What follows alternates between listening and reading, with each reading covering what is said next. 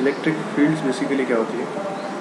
Electric field वो reason है किसी भी चार्ज के अराउंड, किसी भी चार्ज के सराउंडिंग में वो रीजन है जहाँ पर अगर कोई और चार्ज उसकी विसिनिटी में, उसके इन्वायरमेंट में आता है तो वो या तो फोर्स ऑफ अट्रैक्शन या फोर्स ऑफ रिपल्शन फेस करेगा।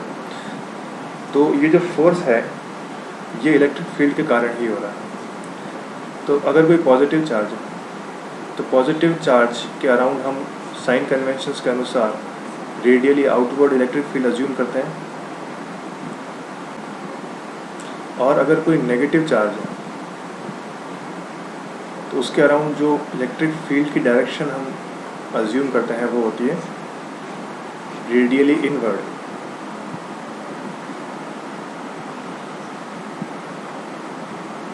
ठीक है, तो अगर किसी चार्ज की विसिनिटी में अगर कोई और चार्ज आता है, जैसे फॉर एग्जांपल पॉजिटिव चार्ज की विसिनिटी में कोई एक नेगेटिव चार्ज आ गया, तो ये चार्ज जो है वो फोर्स ऑफ अट्रैक्शन एक्सपीरियंस करेगा। वहीं अगर कोई पॉजिटिव चार्ज आता है उसकी विसिनिटी में तो ये चार्ज जो है फोर्स ऑफ रिपल्शन फेस करेगा। Electric field intensity, next topic. Electric field intensity basically क्या होती है? जैसे कोई पॉजिटिव चार्ज है, उस पॉजिटिव चार्ज के अराउंड इलेक्ट्रिक फील्ड है। अब उस इलेक्ट्रिक फील्ड के अंदर हम एक यूनिट पॉजिटिव चार्ज प्लेस करते हैं, तो वो जो पर्टिकुलर यूनिट पॉजिटिव चार्ज है वो कितना फोर्स एक्सपीरियंस कर रहा है, उसी फोर्स के मैग्नीट्यूड को हम इलेक्ट्रिक फील्ड इंटेंसिटी बोलते हैं। फॉर एग्जांपल जैसे एक पॉजिटिव चार्ज है और इस पॉजिटिव चार्ज की इन्वायरमेंट में एक पॉजिटिव चार्ज जिसका मैग्नीट्यूड +1 कूलम है उसको प्लेस किया जाता है, तो इस चार्ज के ऊपर एक इलेक्ट्रिक फोर्स लगेगा जो कि फोर्स ऑफ रिपल्शन होगा, क्योंकि दोनों चार्जेस का नेचर कैसा है? पॉजिटिव। तो ये जो फोर्स है इसी को हम क्या बोलते हैं? Electric field intensity. इसको हम ऐसे भी डिफाइन कर सकते हैं कि कोई एक पॉजिटिव चार्ज है जिसका मैग्नीट्यूड कितना है? +q, और उसके एनवायरनमेंट में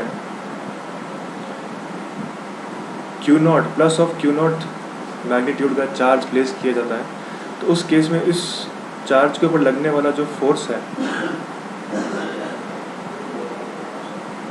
उसको डिफाइन करेंगे F वेक्टर से, और अगर इस F वेक्टर को उसके चार्ज से डिवाइड करते हैं तो इसको अपन क्या बोलेंगे?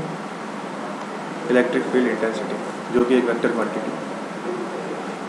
The force on electron in a uniform electric field of 5 × 10⁴ Newton per coulomb due north, particular direction north दी हुई। तो जो इलेक्ट्रिक फील्ड की डायरेक्शन है वो क्या दी हुई है? नॉर्थ। और इलेक्ट्रिक फील्ड का जो मैग्नीट्यूड है वो कितना दिया हुआ है? E = 5 × 10⁴ न्यूटन पर कूलम। तो यहाँ से हमें निकालना है फोर्स ऑन इलेक्ट्रॉन, और इलेक्ट्रॉन को यहाँ पे हम प्लेस कर दिया गया है। इस इलेक्ट्रॉन को लगने वाला फोर्स कैलकुलेट करना है।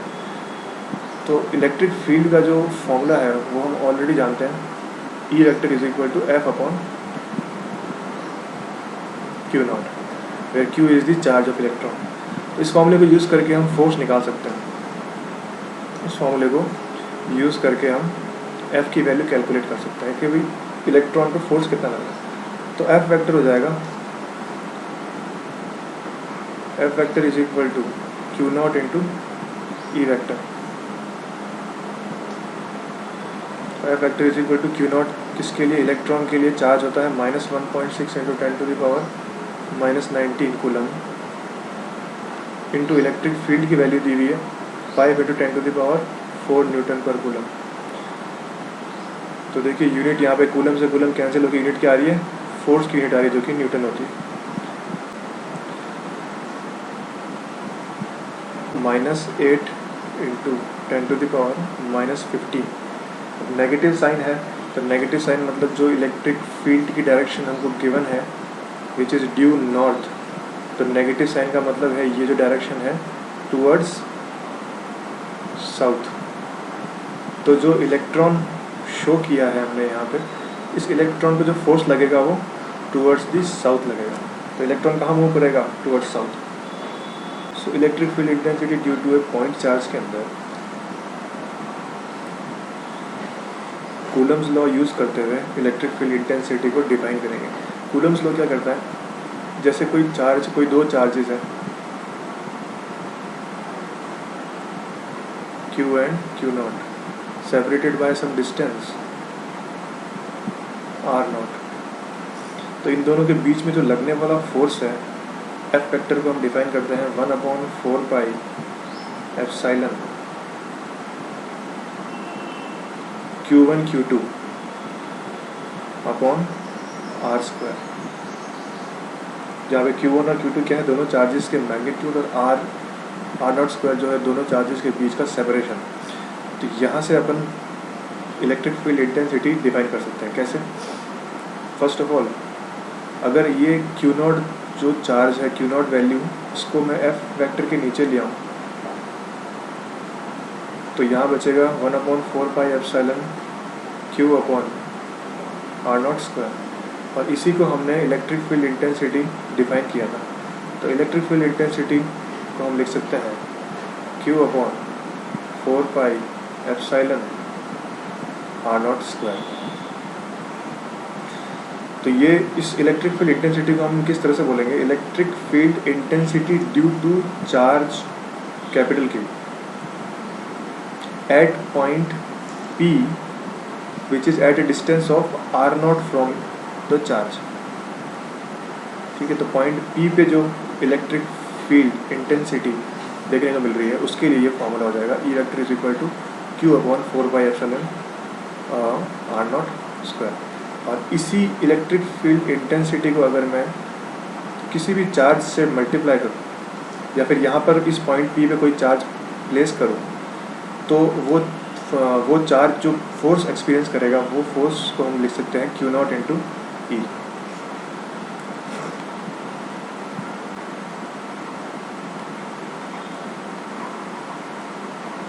Due to group of charges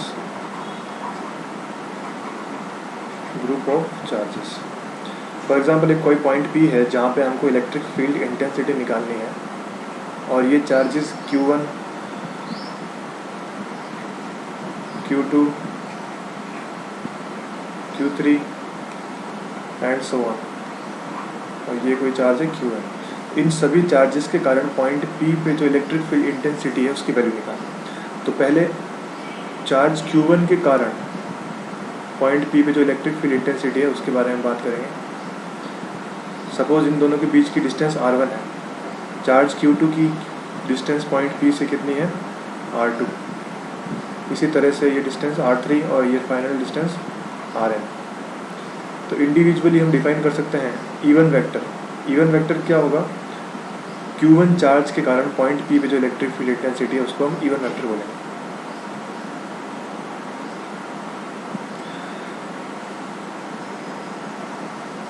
जिसको अपन लिख सकते हैं 1/4 pi epsilon Q1 upon R1 square.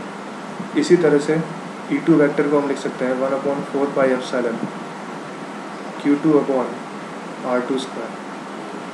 ठीक है, E3 वेक्टर को हम लिख सकते हैं 1/4 pi epsilon Q3 upon R3 square. और इसी तरह से En for nth charge 1/4 pi epsilon Qn upon Rn square. अब इन सभी चार्जेस के कारण जो equivalent electric field intensity point P पे है वो हमको कैलकुलेट करनी है।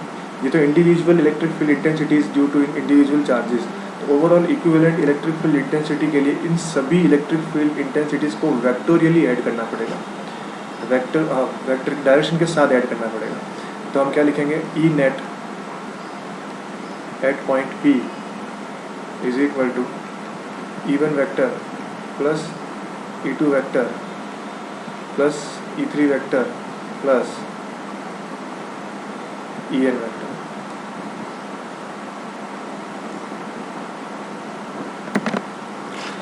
और यहाँ पर जो हमने E1, E2, E3, En define किए हैं ये बेसिकली मैग्नीट्यूड डिफाइन करें हमने, क्योंकि E1 इज इक्वल टू हमने लिखा है 1/4 pi epsilon Q1 upon R1 square.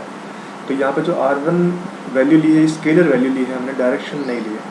तो अगर हम चाहते हैं कि E1 जो electric field due to charge Q1 है, जो E1 है इसको अगर वेक्टर की फॉर्म में लेना है तो यहाँ पर डायरेक्शन भी शो करनी पड़ेगी, तो यूनिट वेक्टर से बेसिकली मल्टीप्लाई करना पड़ेगा और कुछ नहीं।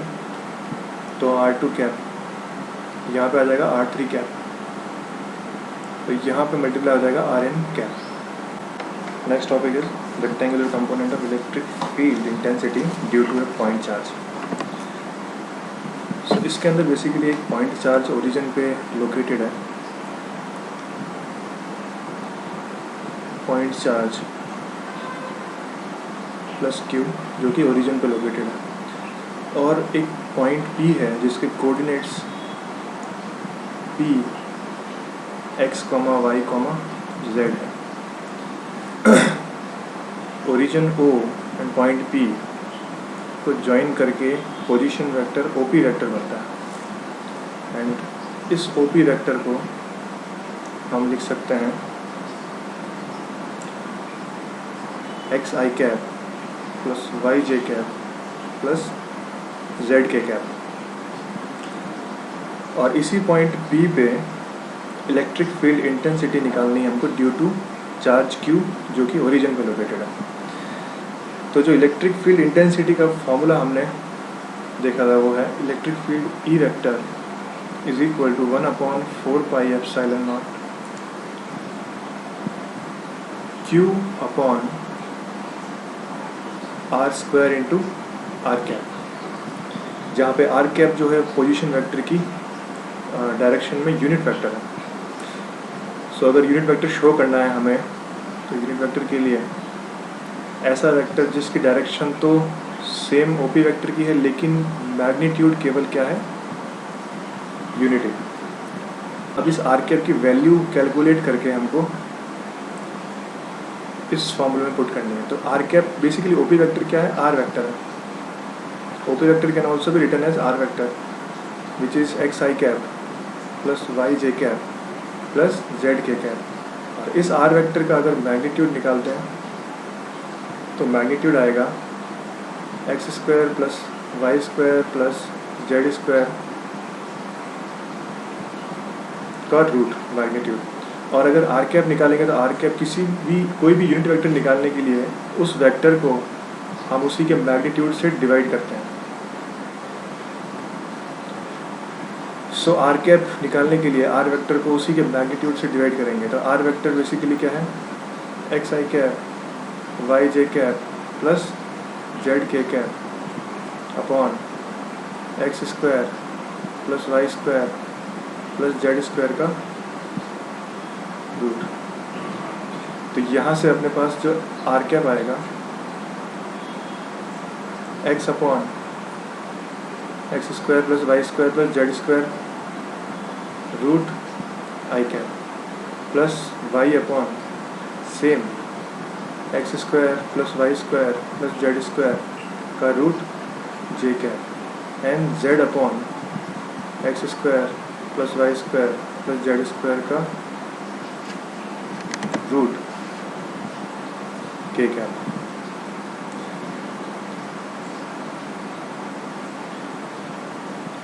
तो इसी को अपन क्या लिख सकते हैं, x upon r i cap, y upon r j cap, z upon r k cap, जहाँ पे r जो है वो मैग्नीट्यूड हो जाएगा पोजीशन वेक्टर r वेक्टर का।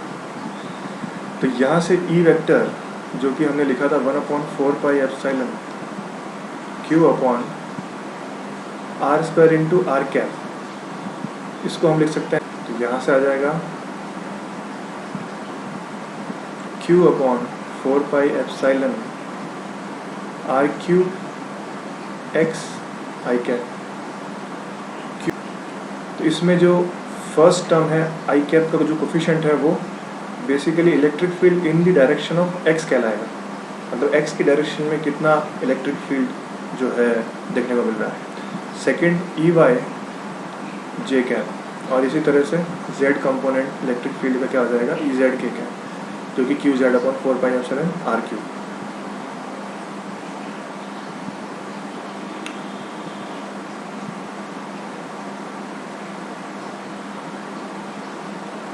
तो 3D स्पेस में इलेक्ट्रिक फील्ड की वैल्यू इन टर्म्स ऑफ उसके x y and z component हम कुछ इस प्रकार से लिख सकते हैं।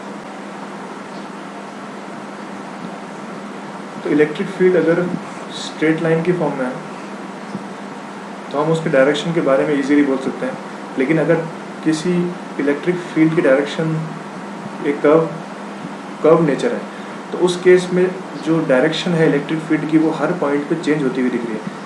तो इसके लिए डायरेक्शन निकालने के लिए किसी भी पॉइंट पे अगर हमको डायरेक्शन चाहिए तो उस पॉइंट पे हम टेंजेंट ड्रॉ करेंगे और उस पर्टिकुलर पॉइंट पे वो टेंजेंट जो है इलेक्ट्रिक फील्ड की डायरेक्शन को शो करेगा। जैसे यहाँ पे इस पर्टिकुलर पॉइंट पे अगर हम टेंजेंट ड्रॉ करते हैं तो इस तरह से हमको इलेक्ट्रिक फील्ड की डायरेक्शन मिल जाएगी। इस पर्टिकुलर पॉइंट पे अगर टेंजेंट ड्रॉ करते हैं तो ये हमको इलेक्ट्रिक फील्ड की डायरेक्शन मिल जाएगी। तो नेक्स्ट टॉपिक है electric field intensity at any point on axis of uniformly charge ring. एक यूनिफॉर्मली चार्ज रिंग दे रखा है, this is uniformly charge ring. इसके ऊपर जो चार्ज डिस्ट्रीब्यूशन है वो यूनिफॉर्म चार्ज डिस्ट्रीब्यूशन है, और इस रिंग का जो एक्सिस है, इस एक्सिस के ऊपर कोई एक पॉइंट P है। For example this is point P। तो इस यूनिफॉर्मली चार्ज्ड रिंग के कारण पॉइंट P पर जो इलेक्ट्रिक फील्ड इंटेंसिटी देखने को मिलेगा उसकी वैल्यू फाइंड करनी है इस डेरिवेशन के अंदर। तो कुछ एक पैरामीटर्स जो है वो डिफाइन कर लेते हैं हम। फॉर एग्जांपल जो रिंग हमने यूज़ करी है इसका रेडियस मान लेते हैं हम A।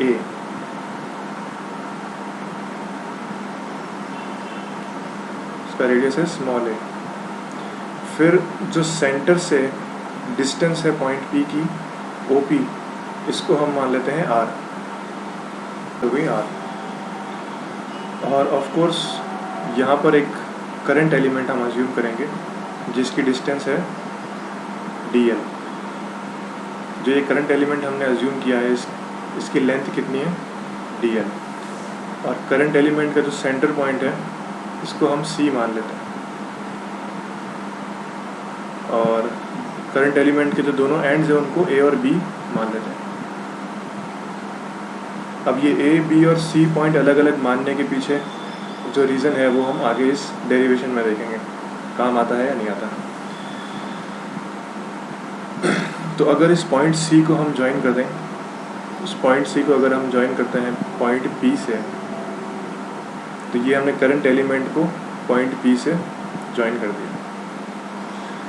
तो सबसे पहली चीज़ जो हम यहाँ पे डिफाइन करेंगे, जो ये रिंग हमने यूज़ करी है, इस रिंग का टोटल चार्ज कितना है। For example total charge of the ring, total charge of ring plus Q। तो पूरी रिंग के ऊपर टोटल चार्ज है, और रिंग की डिस्टेंस कितनी है, रिंग 2 पाई a। तो सर्कमफ्रेंस ऑफ सर्कल होता है 2 पाई a। तो जो स्मॉल एलिमेंट हमने अज्यूम किया है उसकी लेंथ कितनी है, स्मॉल एलिमेंट ACB जो हमने अज्यूम किया है, इसकी लेंथ DL के इक्वल है, जो हमने डायग्राम में शो करा था। और इस DL लेंथ के ऊपर कितना चार्ज लाई कर रहा है, उसके लिए हम क्या करेंगे, उसके लिए 2 पाई a डिस्टेंस के ऊपर अगर टोटल चार्ज Q है, और यूनिट डिस्टेंस पे देखेंगे तो टोटल चार्ज हो जाएगा Q अपॉन 2 पाई a। और DL लेंथ के ऊपर जो चार्ज हमको देखने को मिलेगा वो होगा Q upon 2 pi a into DL। तो ये जो चार्ज हमको मिला है, ये चार्ज बेसिकली किसका है, ये जो चार्ज है अपने पास, ये चार्ज इस DL लेंथ जो एलिमेंट है ये DL, इसके ऊपर ये चार्ज है Q upon 2 pi a into DL। अब इस चार्ज एलिमेंट के कारण पॉइंट P के ऊपर इलेक्ट्रिक फील्ड कैलकुलेट करनी है। तो उसके लिए हम मान लेते हैं, अगर ये एलिमेंट DL है और इसके ऊपर जो चार्ज है, ये जो चार्ज है इसको अपन मान लेते हैं, जो चार्ज हमने लिया है इसको अपन अज्यूम कर लेते हैं कि ये चार्ज डी क्यू है। इस चार्ज की वैल्यू कितनी है, डी क्यू। तो इसके अकॉर्डिंग अगर मैं एक्सप्रेशन लिखूं, electric field at point P due to charge element d l, तो वो हो जाएगा डी ई। और डी ई वेक्टर की जो वैल्यू है वो हमको क्या देखने को मिलेगी, 1/4 pi epsilon not d q upon C p का स्क्वायर। जो सी पी डिस्टेंस है, distance between the charge element and point P, उसका स्क्वायर।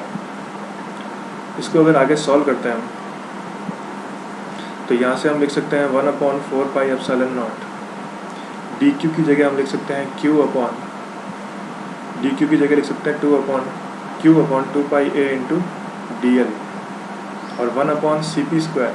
सी पी की वैल्यू कितनी है, अगर पाइथागोरस थ्योरम यूज़ करें तो सी पी की वैल्यू यहाँ पे अपन को A square plus R square under root, ये वैल्यू देखने को मिलेगी। और डी ई निकालने के लिए हम क्या कर रहे हैं, सी पी का स्क्वायर कर रहे हैं, तो यहाँ पर जो आएगा वो आएगा ए स्क्वायर प्लस आर स्क्वायर। तो डी ई वेक्टर जो है इसका मैग्नीट्यूड हमने निकाला। अब अगर इस डी ई वेक्टर की डायरेक्शन की बात करें तो हमने पहले भी देख रखा है कि इलेक्ट्रिक फील्ड इंटेंसिटी की जो डायरेक्शन है वो चार्ज एलिमेंट और जिस पॉइंट पे हम इलेक्ट्रिक फील्ड निकाल रहे हैं उन दोनों पॉइंट्स को ज्वाइन करने वाली जो डिस्टेंस, जो लाइन है, जो पोजीशन वेक्टर है उन दोनों पॉइंट्स को ज्वाइन करने वाला, उन दोनों पोजीशन वेक्टर की जो उस पोजीशन वेक्टर की जो डायरेक्शन है उसी डायरेक्शन में इलेक्ट्रिक फील्ड होगा। फॉर एग्जांपल इस पर्टिकुलर केस में हमारा जो चार्ज एलिमेंट है वो यहाँ पर है, जिसकी लेंथ कितनी है डी एल, और जो पॉइंट है हमारे पास वो पॉइंट, जिस पॉइंट पे हमको इलेक्ट्रिक फील्ड निकालनी है वो पॉइंट है पी, और इन दोनों को ज्वाइन करने वाली लाइन जो है वो सी पी, और सी पी को हम सी पी वेक्टर भी लिख सकते हैं डायरेक्शन शो करने के लिए। तो इस पर्टिकुलर केस में जो पॉइंट पी पे जो इलेक्ट्रिक फील्ड जो क्रिएट हो रही है उसकी डायरेक्शन भी क्या होगी, अलॉन्ग सी पी। तो जो डायरेक्शन सी पी वेक्टर की है वही डायरेक्शन हमारे पास इस डी ई वेक्टर की देखने को मिलेगी। तो डी ई वेक्टर और एक्सिस के बीच में अगर एंगल अज्यूम करूँ थीटा, तो उस केस में हम डी ई के दो कंपोनेंट्स ड्रॉ कर सकते हैं। फर्स्ट तो हॉरिजॉन्टल कंपोनेंट जिसको हम डी ई कॉस थीटा लिख सकते हैं, D E cos theta. Second component vertical component जिसको हम डी ई साइन थीटा लिख सकते हैं, डी ई साइन थीटा। अब अगर सेम पॉइंट पी पे इस करंट एलिमेंट के कारण इलेक्ट्रिक फील्ड इंटेंसिटी कैलकुलेट करी जाए जो कि एग्जैक्टली डायमेट्रिकली अपोजिट लाई करता है प्रीवियस करंट चार्ज एलिमेंट के लिए, तो इस केस में जो इलेक्ट्रिक फील्ड इंटेंसिटी आएगी वो इस तरह से देखने को मिलेगी, डी ई वेक्टर। और उस केस में भी दो कंपोनेंट बनेंगे, एक हॉरिजॉन्टल कंपोनेंट जो कि in the direction of D E cos theta, जो कि पिछले वाले करंट एलिमेंट के कारण जो डी ई कॉस थीटा रहा था उसी की डायरेक्शन में है, और जो दूसरा वर्टिकल कंपोनेंट है वो कुछ इस तरीके से देखने को मिलेगा, जो कि प्रीवियस करंट एलिमेंट के कारण जो वर्टिकल कंपोनेंट आ रहा था उसके अपोजिट है। इस तरीके से अगर हम सारे के सारे करंट एलिमेंट्स के कारण फील्ड इंटेंसिटी कैलकुलेट करेंगे तो उनके जो डायमेट्रिकली अपोजिट जो करंट एलिमेंट होगा वो उसके वर्टिकल कंपोनेंट को कैंसिल आउट करता रहेगा, और जो ओवरऑल रिजल्टेंट जो फील्ड इंटेंसिटी मिलेगी पॉइंट पी पे वो केवल और केवल हॉरिजॉन्टल कंपोनेंट्स के कारण ही मिलेगी। तो net resultant electric field intensity जो देखने को मिलेगी, जिसको मैं ई वेक्टर बोल देता हूँ, जिसका मैग्नीट्यूड इक्वल टू आ जाएगा summation of all the horizontal component which is sigma of D E cos theta. यहाँ से अगर कॉस थीटा की वैल्यू देखें हम, तो कॉस थीटा अगर कैलकुलेट करते हैं, देखिए ये एंगल अगर कॉस थीटा है तो इसके वर्टिकली अपोजिट ये एंगल भी क्या होगा, कॉस थीटा होगा, ओ पी अपॉन सी पी। तो cos theta is equal to O P upon C P, जहाँ पे ओ पी की वैल्यू क्या है आर और सी पी कितना है hypotenuse, which is r square plus A square की पावर 1/2। तो यहाँ से अगर हम ई वेक्टर निकालना चाहेंगे ई वेक्टर की वैल्यू, ई वेक्टर का magnitude is equal to sigma d E. अब देखना डी ई की वैल्यू हम ऑलरेडी कैलकुलेट कर चुके हैं, जो कि विच इज़ इक्वल टू, अच्छा यहाँ से हम सारी वैल्यूज पुट ही कर देते हैं। डी क्यू की वैल्यू कितनी थी यहाँ, q upon 2 pi a into d l into 1 upon are square plus A square की पावर 1। और ये पूरा जो वैल्यू है, ये पूरी वैल्यू किसकी है, डी ई की वैल्यू है, जो कि हमने यहाँ से पुट करी है। कहाँ से, जो कि यहाँ से पुट करी है डी ई की वैल्यू।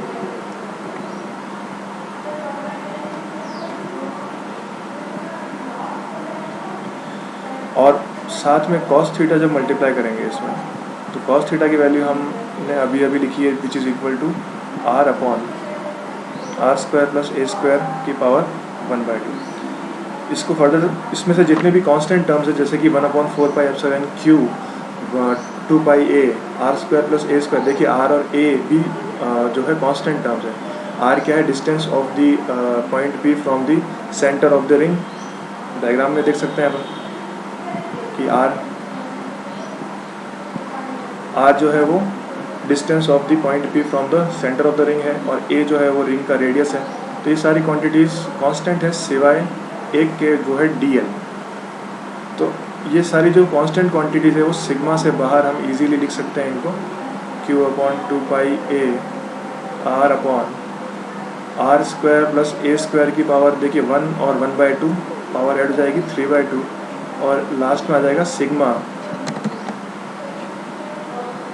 D L. अब सिग्मा डी एल जब ये जो डी एल बेसिकली क्या है, एक इन्फाइनेटिसिमली स्मॉल आर्क है, और इन सभी आर्क्स को अगर हम ऐड करते हुए चलेंगे तो बेसिकली इस रिंग का जो सरकमफ्रेंस है वो वैल्यू आ जाएगी। तो रिंग का सरकमफ्रेंस होगा 2 पाई इंटू ए। तो इस सिग्मा डी एल की जगह हम लिख सकते हैं 2 पाई ए। तो जो नेट ओवरऑल वैल्यू अपने पास ई वेक्टर की के मैग्नीट्यूड की 1/4 pi epsilon not q upon 2 pi a r upon are square plus A square की पावर 3/2 इंटू 2 पाई ए। तो यहाँ से 2 पाई ए और 2 पाई ए कट हो जाएगा, जो फाइनल वैल्यू हमको मिलेगी, final value of electric field intensity at point P due to at point P which is on the axis of ring carrying charge. तो उस केस में 1/4 pi epsilon not q are upon are square plus A square की power 3/2। तो ये basically electric field intensity का magnitude show कर रहा है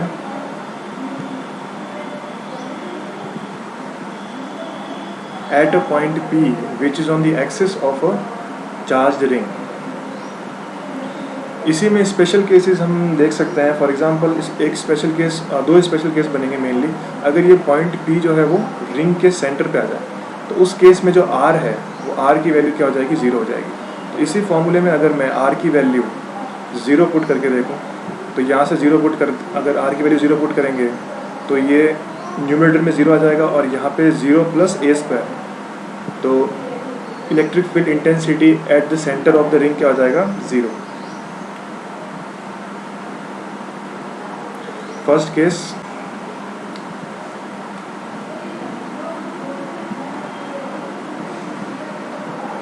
देखिए केस फर्स्ट जो है, केस फर्स्ट जिसके अंदर R इज इक्वल टू 0, इसका मतलब पॉइंट P जो है वो चार्ज रिंग के सेंटर पे लाई कर रहा है। तो पॉइंट P अगर चार्ज रिंग के सेंटर पे लाई कर रहा है, तो उस केस में जो distance of point P from the centre of the charge ring will be 0। उस केस में इलेक्ट्रिक फील्ड इंटेंसिटी हमको उसका मैग्नीट्यूड 0 देखने को मिल रहा है। सेकेंड केस इसी के अंदर, केस सेकेंड जिसके अंदर हम क्या कर सकते हैं, R की value very very greater than A। इसका मतलब क्या है, देखिए समझना। तो सेकंड केस है अपने पास where R is very very greater than A। तो सेकंड केस जहाँ पे R is very very larger than A, इस केस के लिए समझना पड़ेगा अपन को कि जो पॉइंट P है वो कहाँ लाई कर रहा है। आर जो है वो ए के कंपैरिजन में बहुत बड़ा है, इसका मतलब जो पॉइंट पी है वो रिंग से काफ़ी ज़्यादा दूर है, इतना दूर है कि जो रिंग का रेडियस है as compare to the distance very small है।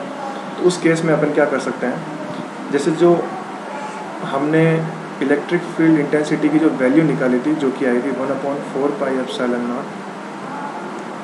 Q upon are square plus A square की पावर 3/2, और यहाँ पर भी एक आर था। तो इस केस में अगर हम देखें, चूँकि आर की वैल्यू ए के कंपेयर में बहुत ज़्यादा है, तो आर स्क्वायर प्लस ए स्क्वायर अगर करेंगे तो ये अप्रोक्सीमेटली हमारे पास इक्वल आएगा किसके, आर स्क्वायर प्लस ए स्क्वायर जो है वो अप्रोक्सीमेटली इक्वल आएगा आर स्क्वायर के, क्योंकि A as compare to R बहुत स्मॉल है। तो इस केस में जो वैल्यू आएगी 1/4πε0 Q are upon are square की पावर 3/2। तो इसको सॉल्व करने पे जो मिलेगा 1/4πε0 क्यू अपॉन आर स्क्वायर। देखिए नेक्स्ट जो टॉपिक है वो है electric dipole in a uniform 2 dimensional electric field. Basically एक इलेक्ट्रिक फील्ड, यहाँ पे एक्सटर्नल इलेक्ट्रिक फील्ड गिवन है इस पर्टिकुलर केस में, एक्सटर्नल इलेक्ट्रिक फील्ड गिवन है, और इस इलेक्ट्रिक फील्ड के अंदर यहाँ पे डायपोल प्लेस कर रखा है। डायपोल बेसिकली क्या होता है, same magnitude but opposite sign के charges separated by some distance, इस पूरे कॉम्बिनेशन को हम डायपोल बोलते हैं, इलेक्ट्रिक डायपोल। तो यहाँ पर ये जो पहला पॉइंट ए है, इस पॉइंट ए पे जो चार्ज प्लेस किया है वो है -q, नेगेटिव चार्ज है विद मैग्नीट्यूड q, और जो पॉइंट बी है इस पे सेम मैग्नीट्यूड का बट अपोजिट नेचर का +q चार्ज प्लेस कर रखा है, सेपरेटेड बाय सम डिस्टेंस। दोनों पॉइंट्स को ज्वाइन कर देते हैं, और इस डिस्टेंस को हम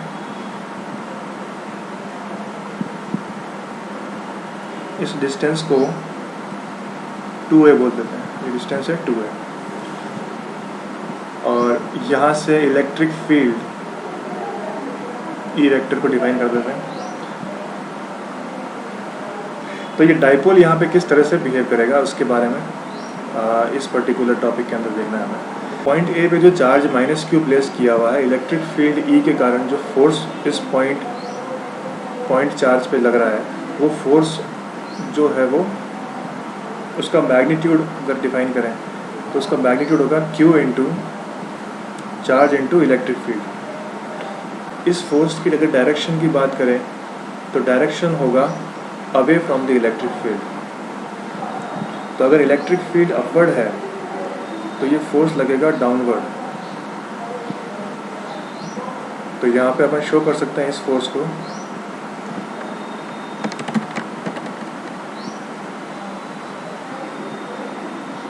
ये डायरेक्शन हो जाएगी फोर्स की। और अगर सेकंड पॉइंट चार्ज के लिए बात करें जो कि पॉइंट बी पर है, तो फोर्स ऑन चार्ज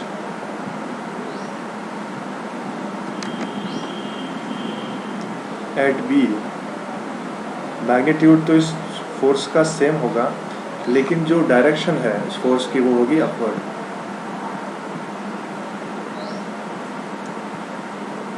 तो दोनों ही पॉइंट चार्जेस पे जो फोर्स लग रहा है उसका मैग्नीट्यूड और डायरेक्शन हम डिफाइन कर चुके हैं। इसके बाद में क्या करना है, अगर नेट फोर्स की बात करें सिस्टम पे, तो नेट फोर्स जो है वो देख सकते हैं अपन कितना आएगा, +QE एंड -QE, क्योंकि एक फोर्स जो है वो अपवर्ड है और दूसरा फोर्स जो है वो डाउनवर्ड है, तो नेट फोर्स जो है वो 0 देखने को मिलेगा। मतलब जो सिस्टम है अपने पास, जो ये डायपोल है, ये लीनियरली मूव नहीं करेगा, अपनी पोजीशन चेंज नहीं करेगा, क्योंकि जो फोर्सेस हैं यहाँ पे वो इस डायपोल के अलग अलग पॉइंट्स पे एक्ट कर रहे हैं। हालांकि ऑपोजिट है लेकिन अलग अलग पॉइंट्स, इस डायपोल के अलग अलग पॉइंट्स पे एक्ट कर रहे हैं। तो यहाँ पे एक मोमेंट देखने को मिलेगा जो कि इस डायपोल को रोटेशनल मोशन प्रोवाइड करेगा। तो उस रोटेशनल मोशन के लिए क्लियरली देख सकते हैं अपन कि जो फोर्सेस एक्ट कर रहे हैं, जो फोर्सेस इस डायपोल पर अप्लाई हो रहे हैं, इन दोनों फोर्सेस के कारण जो हमारा डायपोल है वो एंटी क्लॉकवाइज डायरेक्शन में मूव करेगा। और यहाँ से हम टॉर्क को डिफाइन करेंगे। टॉर्क हम डिफाइन करते हैं force into arm of couple. Arm of couple होता है basically distance between the forces. For example इस पर्टिकुलर केस में जो डाइपोल है, तो डाइपोल के दोनों एंड्स पे जो फोर्सेस लग रहे हैं, उन दोनों फोर्सेस के बीच में जो परपेंडिकुलर डिस्टेंस है उसको हम क्या बोलते हैं, आर्म ऑफ द कपल बोलते हैं। तो इस पर्टिकुलर केस में ये जो डिस्टेंस है, इस डिस्टेंस को हम क्या बोलेंगे, आर्म ऑफ द कपल। और इस डिस्टेंस को कैलकुलेट करने के लिए हमको यहाँ पे एंगल डिफाइन करना पड़ेगा सबसे पहले। तो angle between the line joining the charges and electric field is theta.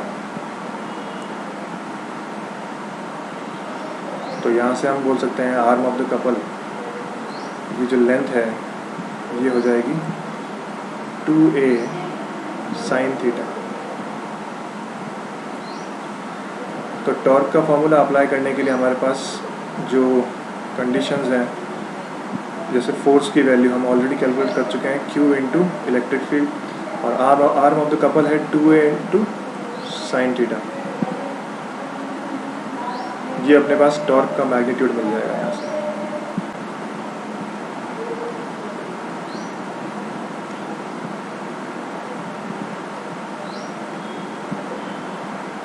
तो टाउ इज इक्वल टू आ गया Q into 2a E sine theta. Q into 2a basically dipole moment की वैल्यू होती है, जहाँ पर dipole moment is also a vector quantity, क्योंकि dipole moment की जो डायरेक्शन होती है वो बेसिकली दोनों चार्जेस को ज्वाइन करने वाली जो लाइन है उसका पोजीशन वेक्टर की डायरेक्शन डाइपोल मोमेंट होती है। जनरली हम नेगेटिव चार्ज से पॉजिटिव चार्ज की ओर जाने वाला जो वेक्टर है, वो वेक्टर जो है वो डाइपोल मोमेंट की डायरेक्शन को शो करता है। तो इस पर्टिकुलर केस में Q इंटू 2a जो है इसको हम P वेक्टर लिख सकते हैं अगर वेक्टोरियली रिप्रेजेंट करना है तो tau vector is equal to P vector, और इस केस में यहाँ पे आ गया E वेक्टर। और अगर इन दोनों का क्रॉस प्रोडक्ट करेंगे तो जो हमको मिलेगा वापस Q इंटू 2a इंटू E sine theta, where theta is the angle between the dipole moment and the electric field.